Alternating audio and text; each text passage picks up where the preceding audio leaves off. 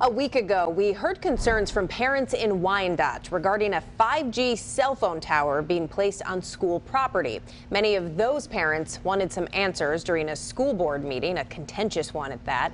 But they were left with even more questions after Wyandotte superintendent abruptly ended that meeting. Now a local politician is stepping in, trying to help. Our Terrell Bailey spoke with U.S. Representative Shri Thanedar, who represents parts of the city.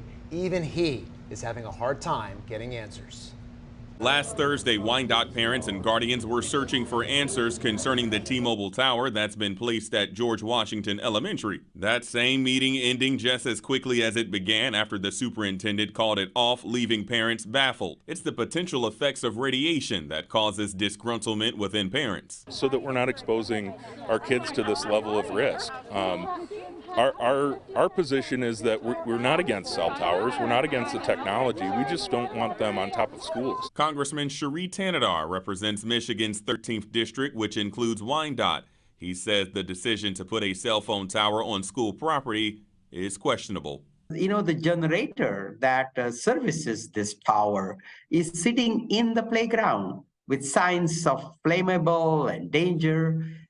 And I don't think this was a smart move. Thanedar is hoping to facilitate a happy medium. He says he's talked with some city leaders. Some were receptive to his thoughts, while others felt he was overstepping. I am in my lane, and the school board and the superintendent have no business telling me to get out of this topic and get out of this subject, and telling me that this is not my business is disrespectful. The school board approved the addition of the tower back in 2018. Thanedar, who is a former scientist, understands why parents are shocked. We all make mistakes, but if the board made a mistake, that's okay. They need to really own that mistake and work with the parents. George Washington Elementary is surrounded by residential homes. With modern society relying on internet and data frequently, some feel the tower is just another step towards modernization. I know I have older, nephews, nieces and nephews that don't have textbooks. They work out of the Chromebooks. So how are you going to have these kids in school without the proper technology? CBS News Detroit emailed school board members hoping to get their take on the situation, but we have yet to hear back. According to the district, the tower is reportedly in compliance with FCC regulations. That's something Thanedar and his office are hoping to look into even further.